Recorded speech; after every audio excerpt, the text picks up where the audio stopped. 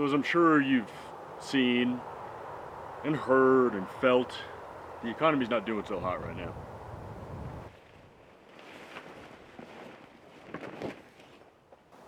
I was out of work for a year.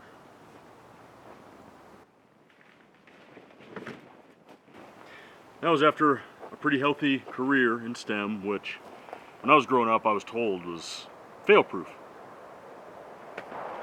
But nonetheless, I got invited to another meeting 10 minutes after our Monday stand-up. You can see the writing on that wall.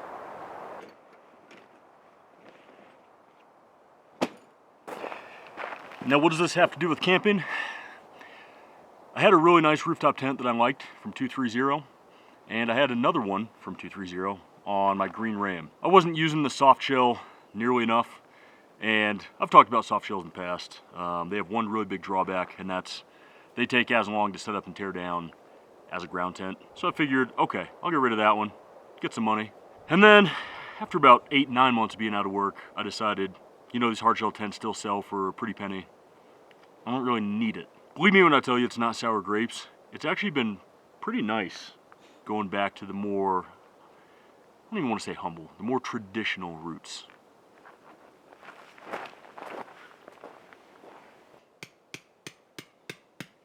Now, is a hard shell tent still more convenient, more comfortable, faster, all of the things? Yeah, absolutely. Sooner or later I'll buy another one, I'm sure.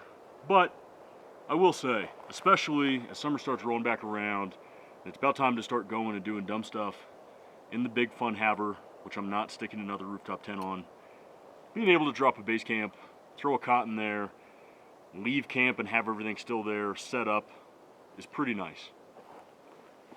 The other thing is that this makes me kind of really appreciate why I come outside in the first place a little bit more. Once you get wrapped up in trying to like min-max and completely optimize camping, I feel like you've kind of lost the forest for the trees. Now, do I want to set up like a hot tent, like an elk hunting hot tent, and tear it back down day in, day out for 14 nights where we stay at a different spot every night on the way to like Montana or Washington? Absolutely not. But I love the Gazelle. It's easy, and if it takes 5 minutes, so what? The beauty is I come out here because I'm on my own time and I don't have anywhere to be. I don't have to deal with hustle and bustle and all of that nonsense that I do back in town or back at home. So it's kind of important to remember why I'm out here in the first place and just enjoy the process. Like when I backpack in Colorado, I'm using a hammock and a rain fly that ties up to the trees. Some of the best sleep I've ever had. But for some reason it's really easy with the truck to get wrapped up in the idea that like everything has to be perfect.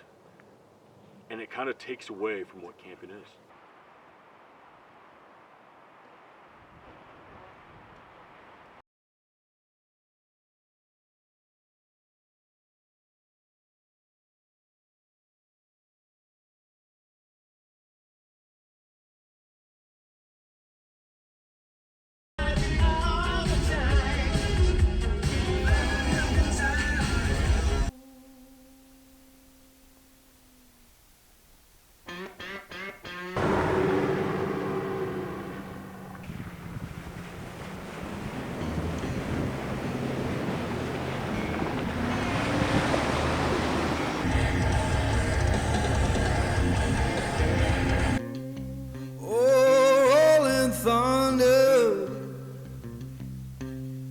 Calling down my name.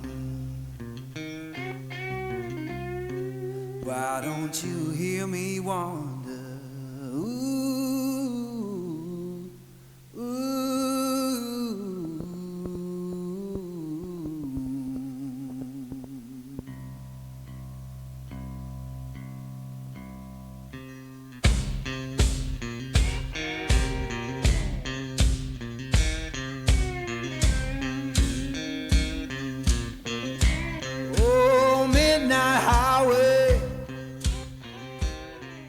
Shining just like sun. Welcome back to camp. If it doesn't become immediately obvious, it's pretty windy tonight. And I knew it was going to be that way, so I kind of treaded carefully and thought, I'm going to check out a couple spots out on the rim itself and just see how the wind is. And I've got a spot I really, really like. Went out there, and somehow, some way, it was empty. Or so I thought. Of course, I pulled in, got ready to hop out, and right beyond, like the crest, there was a truck in there, complete with a fifth wheel. I don't even know how he got it down there, but sure enough, hidden in the back. It's like he did it almost to mess with me. Nonetheless, probably a blessing in disguise because it is pretty windy, and being out on the edge of the rim when this wind picks up is not usually a good time outside of the view. So we're a couple hundred meters off the rim in my home away from home. This is like my go-to spot up here on the rim. It's still whipping pretty decently, but we have enough tree cover and enough of a canopy filling in north, south, east, and west that even though it's gusty and a little bit breezy, it's not too bad. What's really interesting is that it is the first weekend of April, and it is jumping up here. There are people all over the place. It almost looks like July 4th weekend or Memorial Day, which I guess isn't too surprising because it's been so dry and it's been so warm. It is a holiday weekend. It's Easter weekend. I didn't really count on that many people having Good Friday off or whatever the case is. It's really the only reason I can think of there being this many people already because I got in at like 3 p.m. Back here, it's nice and quiet. This spot specifically tends to stay pretty quiet. Fingers crossed. The people tune and come back for dribble because I think people are tuning in for dribble, so let's tease them.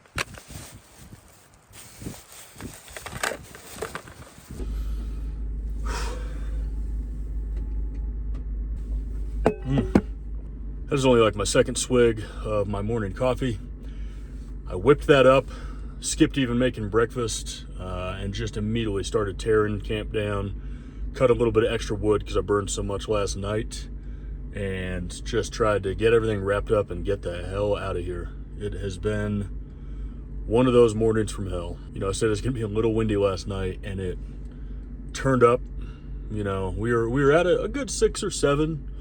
And then, you know, I started getting the fire rolling, and it cranked up past 10 up to about 15, and was just, I'm surprised it didn't knock any trees down. That's how strong it was blowing last night, and this morning for that matter. Slept okay, all things considered, but definitely got up this morning, and as I was kind of lounging around in my cot, taking my time, just kind of getting the day going and whatnot, it was just rattling the tent. And that's why I guy that tent out the way it does.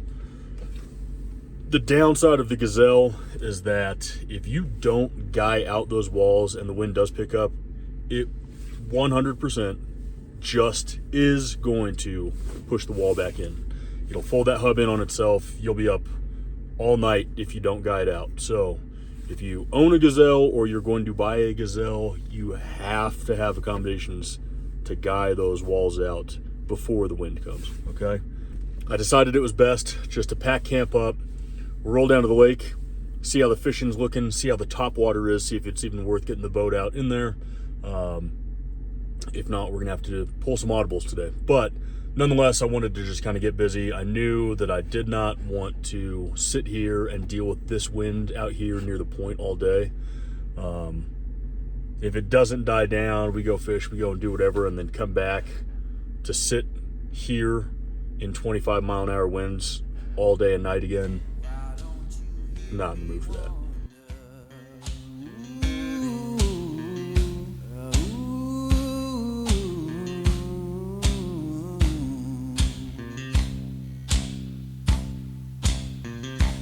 Tell me, river, where your current flows. Why don't you hear me wander? Ooh, ooh.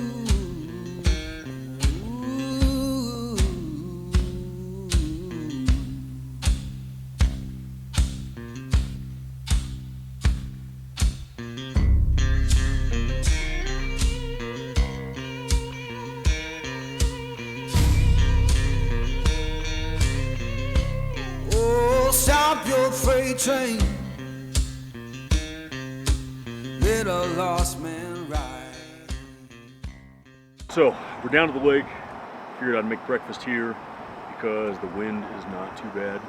Still moving, still gusting a little bit, but this is doable.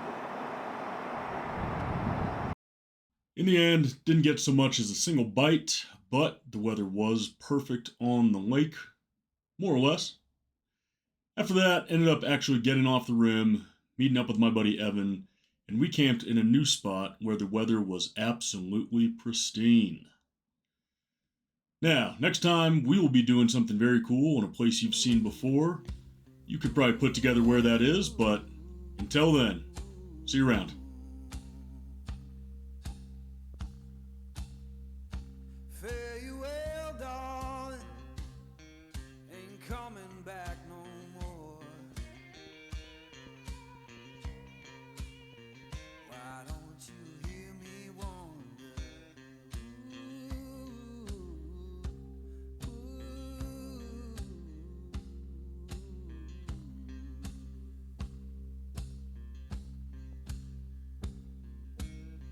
Who been whispering since I've been gone so long?